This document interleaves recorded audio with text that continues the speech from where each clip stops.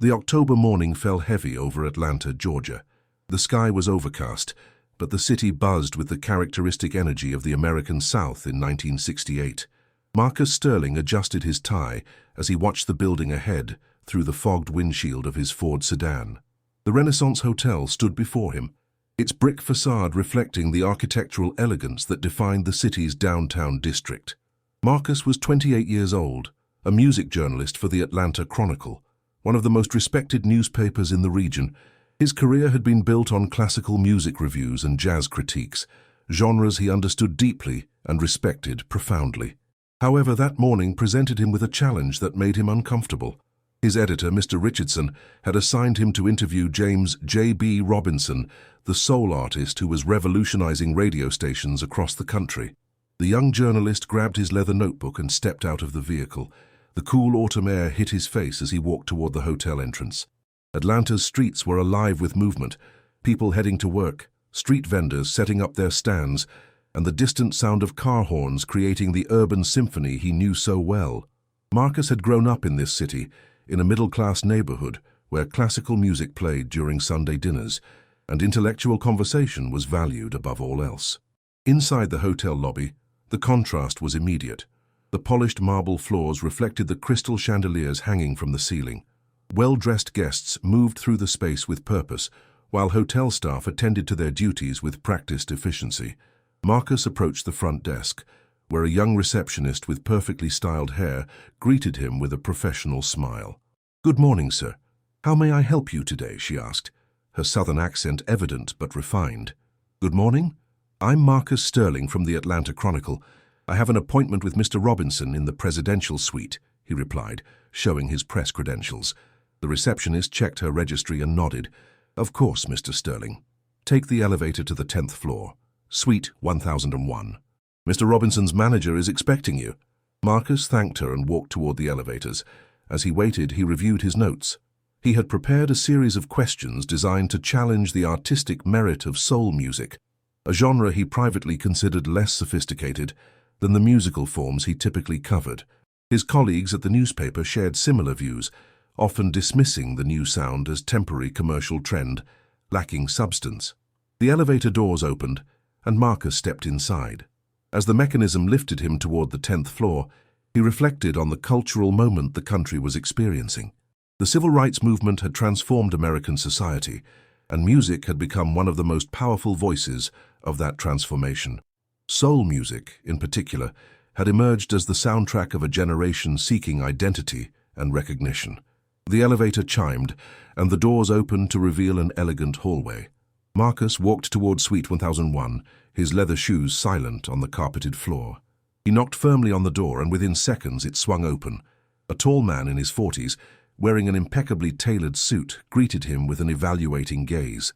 "Mr. Sterling, I presume?" the man said, extending his hand. "I'm Vincent Cole, Mr. Robinson's manager. Please come in." Marcus shook his hand and entered the suite. The space was impressive. Large windows offered a panoramic view of Atlanta's downtown. Elegant furniture filled the room, and the atmosphere radiated success and sophistication. In the corner, a record player sat silent, surrounded by vinyl albums stacked carefully on a nearby table. "Mr. Robinson will be with you shortly," Vincent explained, gesturing toward a comfortable armchair.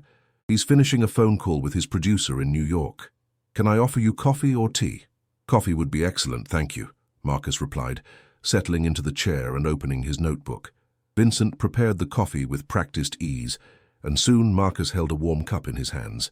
The journalist used the waiting time to observe the suite more carefully. Photographs on the walls showed J.B. Robinson performing on various stages, always surrounded by enthusiastic crowds. Gold and platinum records hung as testimonies to his commercial success.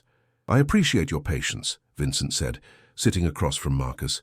"J.B. values punctuality, but this call was important. The new album is generating significant interest, and there are many details to coordinate." Marcus nodded politely. "I understand completely. The music industry moves quickly these days."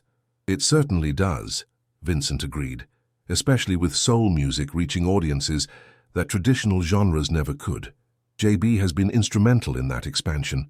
Before Marcus could respond, a door at the far end of the suite opened, and James J.B. Robinson entered the room.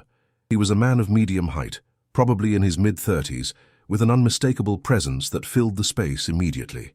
He wore casual but elegant clothes, dark trousers and a burgundy silk shirt that reflected the morning light filtering through the windows. "Mr. Sterling," JB said with a warm smile, extending his hand. "Welcome. I apologize for keeping you waiting. Industry business never sleeps, as they say." Marcus stood and shook his hand, noting the firm grip and direct eye contact. "No apologies necessary, Mr. Robinson. I appreciate you taking the time for this interview. Please call me JB. Everyone does," he insisted, gesturing toward the seating area. "Let's make ourselves comfortable. Vincent tells me you write for the Chronicle. That's a respected publication."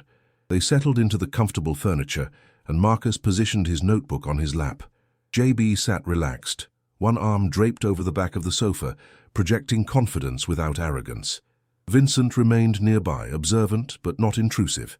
"So, Marcus, may I call you Marcus?" JB asked, and the journalist nodded. "What would you like to know? I'm an open book as long as the questions are genuine." Marcus appreciated the directness. He clicked his pen and glanced at his prepared questions. "Let's start with your background. You grew up in South Carolina, correct? Tell me about your early musical influences." JB's expression softened with nostalgia. "South Carolina, yes. A small town called Barnwell. My childhood was humble but rich in music. Gospel in church every Sunday. My mother singing while she worked. Neighbors gathering on porches with guitars and harmonicas. Music wasn't just entertainment. It was how we communicated, how we processed our experiences." "And when did you decide to pursue music professionally?" Marcus continued, taking notes. "I wouldn't say I decided. It decided for me," JB replied thoughtfully. "By the time I was 15, I was performing at local venues, church gatherings, community events. The response was immediate. People connected with what I was expressing. When I turned 20, I moved to Atlanta, then eventually to New York. Each city taught me something different about music and about myself." Marcus wrote quickly, capturing the details. "Your sound has been described as revolutionary. How would you define soul music for someone unfamiliar with the genre?" JB leaned forward slightly, his eyes brightening with passion. "Soul music is truth set to rhythm. Here's the expression of authentic human experience: joy, struggle, hope, resilience. It takes elements from gospel, blues, jazz, rhythm, and blues, and creates something that speaks directly to the heart. It doesn't apologize for being emotional.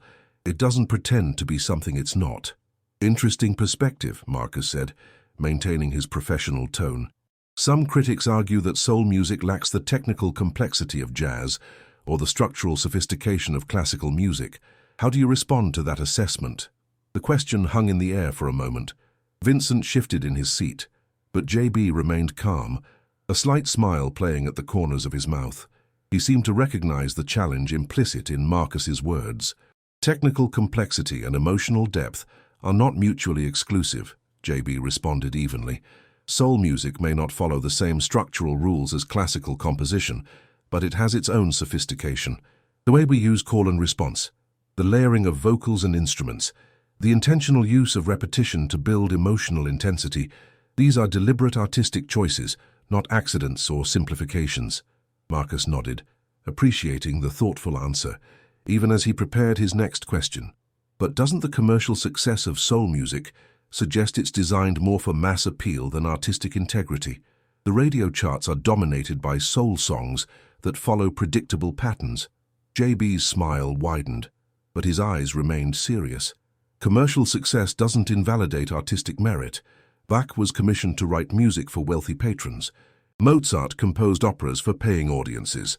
The fact that people want to buy and listen to soul music demonstrates its power to connect, to move people. Isn't that what all music should aspire to do?" The conversation was developing in ways Marcus hadn't anticipated. He had expected defensive responses or dismissive attitudes, but JB engaged with genuine intellectual curiosity. The journalist glanced at his notes and decided to shift his approach. "Let me ask you this," Marcus said, his tone becoming more direct. "I've attended symphony performances where audiences sit in reverent silence, moved by the pure artistry of the composition and performance. I've been to jazz clubs where musicians improvise with extraordinary skill, creating moments of transcendent beauty. When I listen to soul music on the radio, I hear repetitive rhythms and simple melodies. What am I missing? JB stood and walked toward the window, looking out over the Atlanta skyline. The city stretched before them, a tapestry of buildings, streets, and lives intersecting in countless ways. When he turned back to Marcus, his expression had changed, not angry, but deeply earnest. "You're missing context," JB said simply. Soul music emerged from communities that needed a voice when they had been silenced. It developed in churches where people sought hope despite circumstances that could have destroyed them. It grew in neighborhoods where joy had to be created, not just experienced passively. When you hear those simple melodies, you're hearing generations of experience distilled into something that anyone can understand and feel. Marcus continued writing, but he felt something shifting inside him, a crack in the certainty he had brought into the interview. "So you're saying that soul music serves a social function beyond pure aesthetics?" "I'm saying that soul music doesn't separate art from life," JB clarified, returning to his seat. "The symphony hall and the jazz club are beautiful spaces, but they're also exclusive spaces. Soul music meets people where they are, on the radio, while they drive to work, in their living rooms after difficult days, at community gatherings where everyone is welcome. That accessibility is a strength, not a weakness." The journalist paused, considering his next words carefully. This was the moment he had been building toward, the question that would reveal whether soul music deserved the attention it was receiving, or whether it was simply noise dressed up as innovation. Marcus took a deep breath and looked directly at JB Robinson. The moment had arrived to ask the question that would define this entire interview. He wanted to challenge the artist, to hear how he would defend his music against the perception that many educated listeners shared. "Mr. Robinson, JB," Marcus began, his voice steady but pointed, "I'm going to be completely honest with you. Many of my colleagues at the newspaper, people with extensive musical education and refined tastes, believe that soul music is just noise, loud, repetitive noise, without the sophistication that defines true art. What would you say to that assessment?" The room fell silent. Vincent Cole tensed visibly, his jaw tightening as he waited for his client's response. JB remained perfectly still, his eyes never leaving Marcus's face. The journalist felt his heart rate increase slightly. He had laid down the challenge, and now he waited to see how the legendary performer would react. JB leaned back in his seat, a slow smile spreading across his face. He didn't appear offended or defensive. Instead, he seemed almost amused, as if Marcus had asked a question he had heard countless times before, and had long since found the perfect answer for. "Noise," JB repeated softly, letting the word hang in the air. "That's an interesting choice of words." He stood again and walked toward the record player in the corner of the suite. His movements were deliberate, almost theatrical, as he selected a vinyl album from the stack and placed it carefully on the turntable. The needle dropped, and after a moment of crackling silence, music filled the room. The sound was unmistakably soul, a powerful rhythm section driving forward with insistent energy, horns punctuating the melody with bright bursts of sound, and then a voice, raw and emotional, singing about hope and struggle and the resilience of the human spirit. The music vibrated through the suite, transforming the elegant space into something alive and urgent. JB let the music play for nearly a minute before lifting the needle. The sudden silence felt almost oppressive after the energy that had filled the room. He turned to Marcus with an expression that blended compassion with conviction. "What you just heard, was that noise to you?" JB asked, though his tone suggested he already knew the answer would be more complicated than a simple yes or no. Marcus shifted in his seat, genuinely uncertain how to respond. The music had affected him in ways he hadn't expected. There was undeniable power in what he had heard, an emotional directness that his beloved classical compositions sometimes lacked. But admitting that felt like betraying his own expertise and judgment. "It was energetic," Marcus offered carefully. "Certainly passionate." JB nodded, returning to his seat. "Let me tell you something about noise, Marcus. Noise is sound without meaning, without purpose. It's random, chaotic, disconnected from human intention. What you call noise, I call conversation. Every note, every rhythm, every vocal inflection in soul music is a deliberate choice made by artists who understand exactly what they're trying to communicate." Vincent interjected gently, "JB has studied music theory extensively. He may not have attended conservatory, but his understanding of musical structure is profound." "That's true," JB confirmed. I've spent countless hours analyzing how music works, why certain chord progressions evoke specific emotions, how rhythm interacts with melody to create movement and meaning. Soul music isn't accidental. It's carefully crafted to achieve particular effects, Marcus wrote quickly, capturing these details. But the repetition, the same phrases repeated over and over, doesn't that suggest a lack of creative development? JB's smile returned, wider this time. Repetition is one of music's oldest and most powerful tools. Gregorian chants used repetition. African drumming traditions use repetition. Minimalist composers like Philip Glass build entire compositions around repetition. In soul music, repetition serves specific purposes. It creates hypnotic grooves that allow listeners to enter deeper emotional states. It reinforces messages that need to be heard and internalized, and it builds communal experiences where everyone can participate. The journalist paused, his pen hovering over the notebook. He was beginning to realize that his assumptions about soul music had been based on superficial listening and cultural prejudice rather than genuine analysis. J.B. Robinson was not some untrained performer stumbling through popular trends. He was a thoughtful artist, with clear intentions and deep knowledge. "I think I'm starting to understand," Marcus admitted, surprising himself with his honesty. "But help me with something else. When I attend a classical concert, I'm experiencing music that has survived centuries of scrutiny. These compositions are considered timeless masterworks. How can contemporary soul music claim similar significance when it's only been around for a few years?" JB leaned forward, his expression intensifying with passion. "Every masterwork was once contemporary. Mozart's operas were the popular entertainment of his day. Beethoven shocked audiences with his innovations. The music you revere as timeless was created by artists who responded to their specific historical moments with honesty and courage. Soul music is doing exactly that right now, capturing this moment in American history with all its complexity and contradiction. And you believe soul music will endure?" Marcus challenged. "That people will still listen to it decades from now?" "I know it will," JB replied with absolute confidence, "because it speaks to fundamental human experiences. Love, struggle, joy, resilience, community. Those themes don't expire. The specific sounds might evolve, but the emotional core of soul music will remain relevant as long as people need to feel connected to something larger than themselves." Marcus found himself nodding, genuinely engaged now, rather than simply going through professional motions. "You mentioned community. That seems to be central to how you think about soul music." "It is," JB confirmed. "Soul music was born in communities that needed it desperately. It gave voice to people who had been told their experiences didn't matter, their emotions weren't valid, their stories weren't worth telling. When someone hears a soul song and feels understood, feels seen, feels less alone, that's not noise, that's salvation." The word hung in the air, salvation. Marcus wrote it down, underlining it twice. He thought about his own relationship with music, how it had always been something to appreciate intellectually rather than experience viscerally.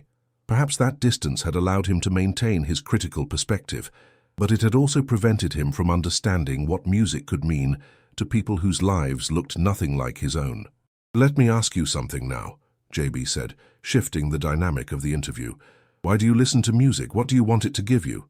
Marcus hesitated, caught off guard by the reversal. "I suppose I appreciate the craftsmanship, the intellectual achievement of composition and performance. I enjoy analyzing how pieces are constructed, understanding the theoretical frameworks behind them." JB nodded thoughtfully. "That's legitimate, but is it enough? Don't you ever want music to make you feel something you can't analyze, to transport you somewhere your intellect can't reach?" The question struck deeper than Marcus expected. He thought about the last concert he had attended, a chamber music performance he had reviewed favorably but hadn't particularly enjoyed. He had appreciated the technical skill on display, but had left the hall feeling curiously empty. "Perhaps I've been listening with the wrong parts of myself," Marcus admitted quietly. "Or perhaps you've been taught that certain parts of yourself aren't appropriate for musical appreciation," JB suggested gently. "Classical music culture often emphasizes restraint, control, intellectual distance. Soul music invites the opposite, full emotional engagement, physical response, communal participation. Neither approach is wrong, but they serve different needs." Vincent checked his watch and cleared his throat softly. "JB, you have that radio interview in 45 minutes. We should probably wrap up soon. JB waved a hand dismissively. This conversation is more important. They can wait 10 minutes. Marcus felt an unexpected gratitude for the extension. He looked at his notebook, filled now with observations that diverged significantly from the critique he had planned to write. One question remained, the one he needed answered before he could complete his article. Final question, Marcus said, meeting JB's eyes directly. If you could say one thing to people like me, educated listeners who dismiss soul music without really hearing it, what would it be? How would you defend what you do in the simplest possible terms? JB stood and walked to the window one last time. Atlanta stretched before him, the city that had given him his first real opportunities, the place where his career had begun to transform from local phenomenon to national presence. When he turned back, his face carried an expression of complete clarity. Soul music is life itself, JB said, his voice quiet but absolutely certain. It's not trying to be something elevated or separate from human experience. It is human experience, all the joy and struggle and hope and heartbreak that make us who we are. When your colleagues call it noise, they're really saying they don't recognize their own humanity in it. And that's not soul music's failure, that's theirs. The 5 words hit Marcus with unexpected force. Soul music is life itself. Simple, direct, undeniable. In that moment, something fundamental shifted in the journalist's understanding. He had come seeking to expose soul music as inferior, but instead, he had discovered his own limitations as a listener and critic. Thank you, Marcus said, standing and extending his hand. This has been enlightening. JB shook his hand warmly. Write what you heard here today, Marcus. Not what you thought you'd hear, but what actually happened. That's all any artist can ask for. Vincent escorted Marcus to the door, providing contact information for follow-up questions. As the journalist stepped into the hallway, he heard the record player inside the suite come to life again. That same powerful soul music filling the space he had just left. In the elevator descending toward the lobby, Marcus reviewed his notes. His article would be nothing like what his editor expected. Instead of a dismissive critique, he would write about the conversation that had changed his perspective, about the artist who had defended his work with intelligence and passion, about the 5 words that had reframed everything. Weeks later, the Atlanta Chronicle published Marcus Sterling's article under the headline, Soul Music is Life Itself, a Conversation with J.B. Robinson. The piece became widely discussed, reprinted in multiple publications, and credited with helping legitimize soul music in mainstream critical circles. Marcus's career shifted direction. He became known as a journalist who could bridge different musical worlds, who understood that artistic value existed in many forms. As for J.B. Robinson, he continued creating music that moved millions. Years later, when asked about the interview that had helped change public perception of soul music, he smiled and said, "Sometimes the best response to criticism is simply telling the truth."